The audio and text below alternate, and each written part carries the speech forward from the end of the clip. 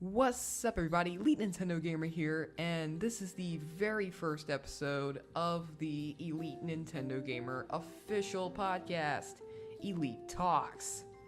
And in the very first episode of Elite Talks, we're going to be talking about obscure consoles and just kind of obscure consoles.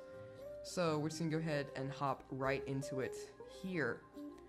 Now, me personally, I was never around many particularly obscure consoles.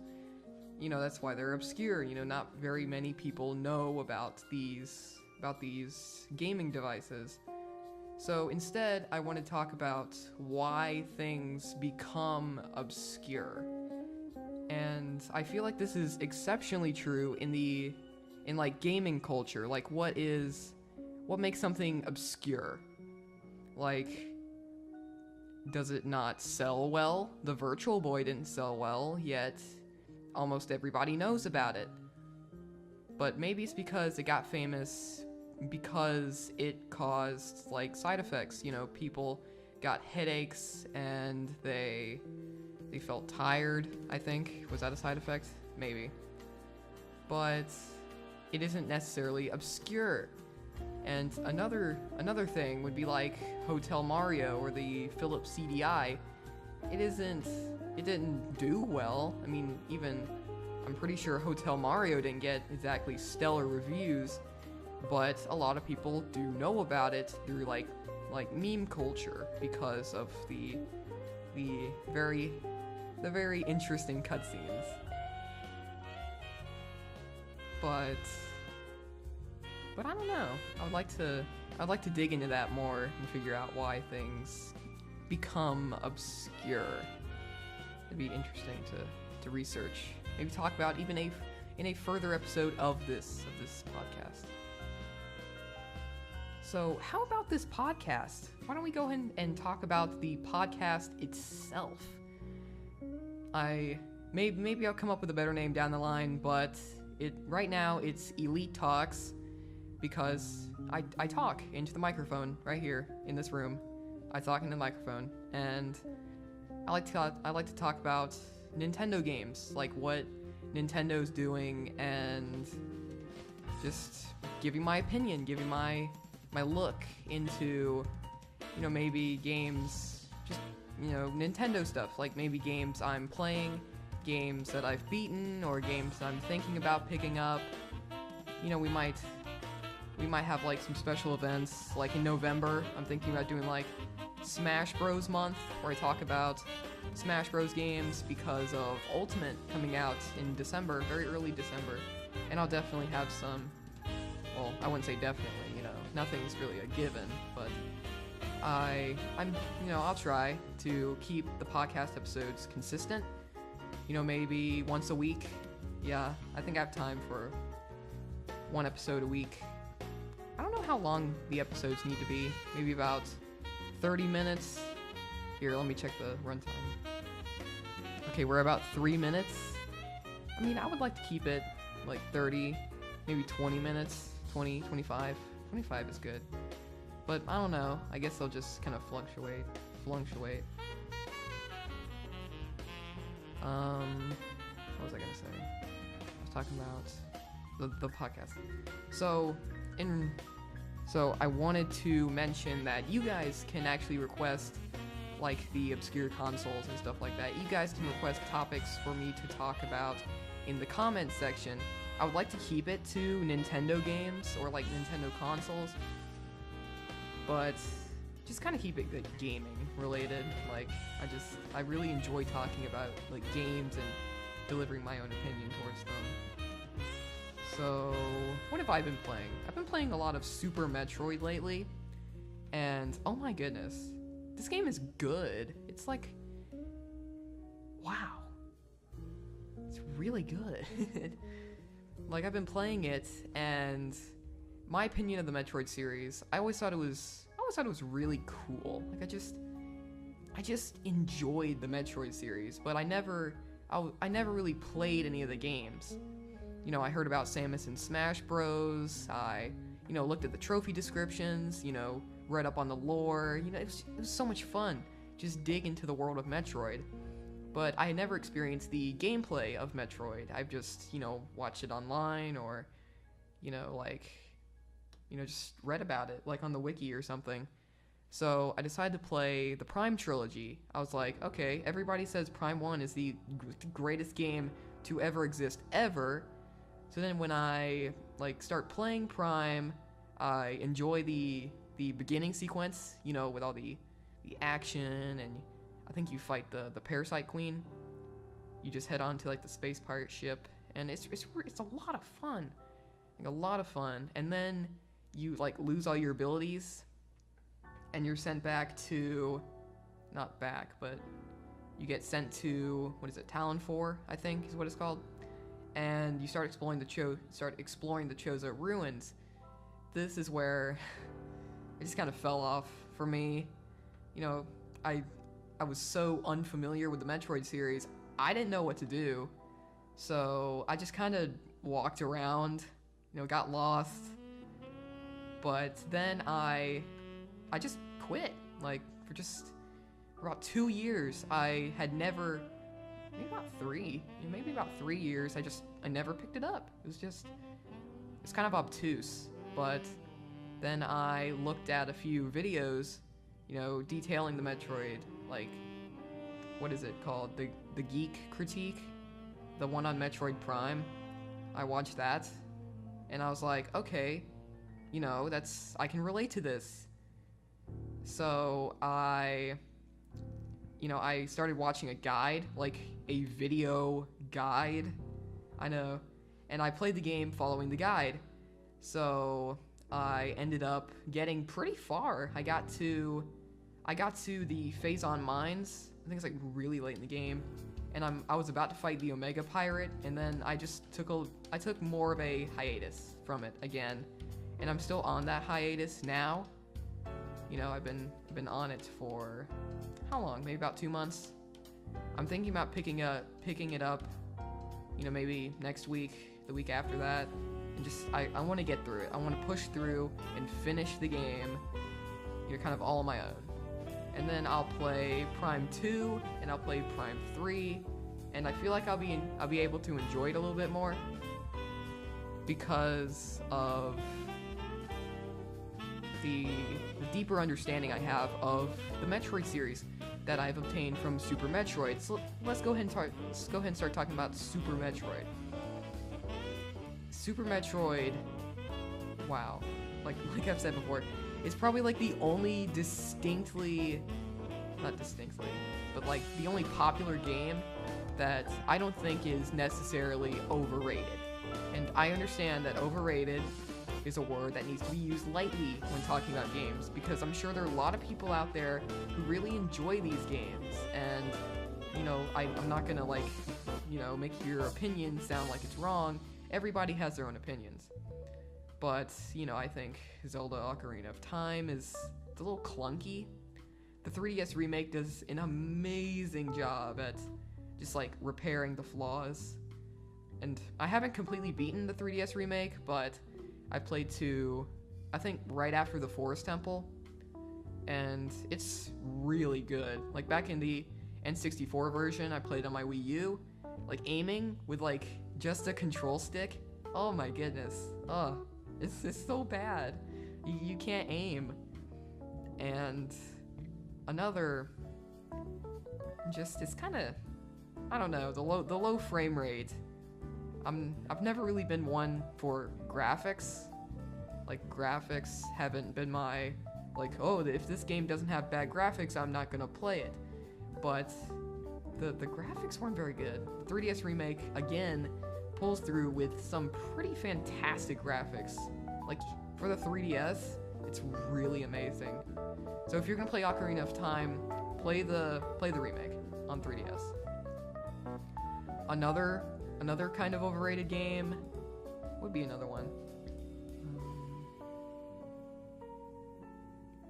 I don't know. I mean, normally I can just think of a whole bunch of them. Maybe the original Super Mario Bros, but that kind of pioneered gaming, so I can't really hate on that one. But it's just, kind of clunky. It's like the NES and the N64 were Nintendo's kind of like growing phases. Like the Super Nintendo and GameCube just were so much better than what came before in 2D and 3D consoles. And it was just, wow, it's amazing. That's why all the GameCube games, in my opinion, I haven't played a whole lot of GameCube games, but, you know, they're just, you know, more, it's kind of well designed, I think. You know, the graphics and the music is a lot better. Ocarina of Time had some good music. I don't even know what I'm talking about anymore. So, I was talking about Super Metroid, and then I got distracted, like, a million times.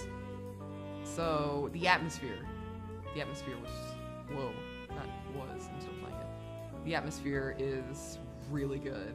Like, for a Super NES game, the atmosphere is just amazing. Like, you know, you kind of feel like you're in this world, even though you're not. You're just playing the game in this world. But the music, Upper Brinstar, wow. What is it? It's like the overgrown, I don't know what it's called. But it's a really good track. Not a song, it's a track. And I really recommend you check it out. It's really good. And just the music and the environments, it just all ties together. And I thought I'd get lost. I thought I would get so just horrendously lost. But actually getting stuck is a part of the game's level design. Like, I was playing it, and then I fell down this pit, and I couldn't, it was in Norfair. You know, that pit, I'm sure there's some people who know about it. But, you know, it has like these little like flying like beetles or like bugs or whatever, and you need to use the ice beam to freeze them and then jump on them and, you know, jump on the other one, jump on the other one to escape the pit. But I didn't know that. I didn't know that at all. I thought I had like soft locked the game or something. So I look up a guide and I start following it, and then I just kind of got bored, so I quit. And then I picked it up just last week, Sunday. Yeah, it was Sunday. And I started playing it again, and I understood it. It was so much fun. I played it for like an hour straight. I know that doesn't sound like a lot, but I had a lot of fun while I was playing it. And I finally got out of that pit. You know, I got the speed booster. You know, I was having so much fun.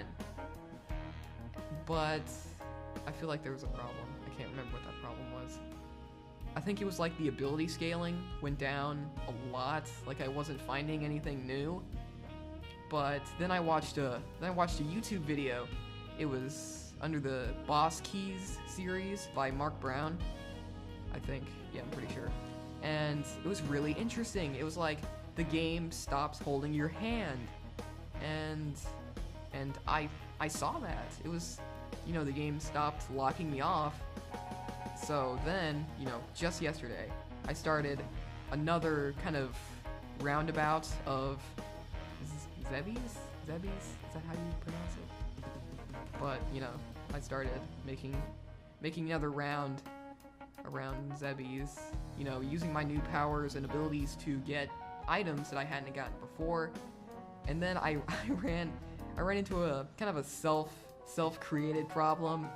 I accidentally like reset my I'm playing it on the Super NES Classic. It's really good. I recommend you pick it up if you're interested in that kind of stuff. So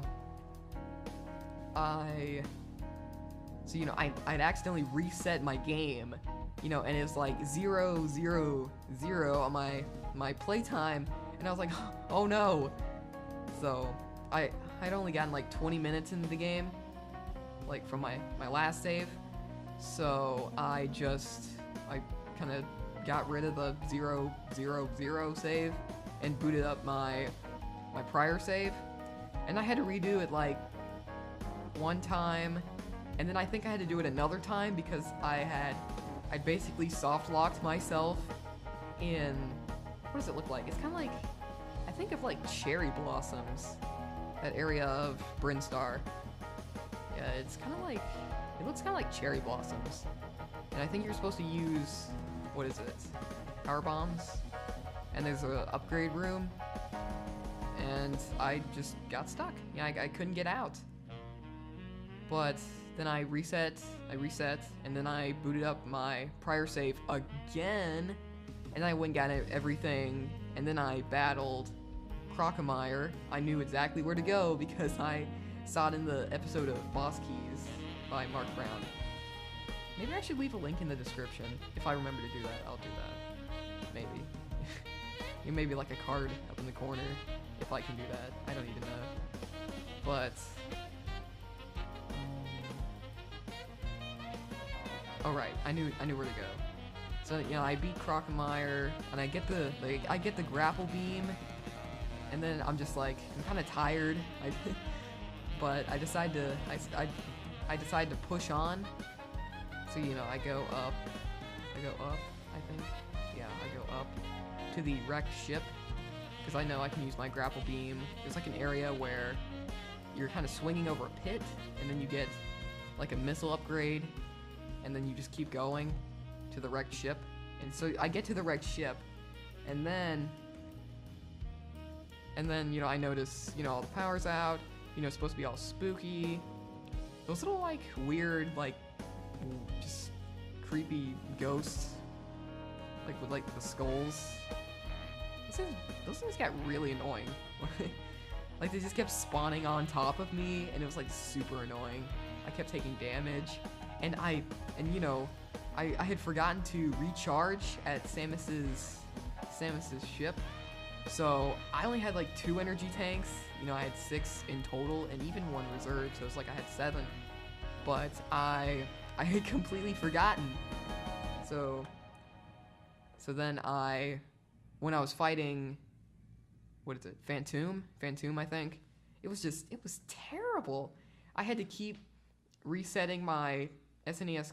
It's not mine, it's my brother's, but I had to keep resetting the SNES Classic and rewinding it.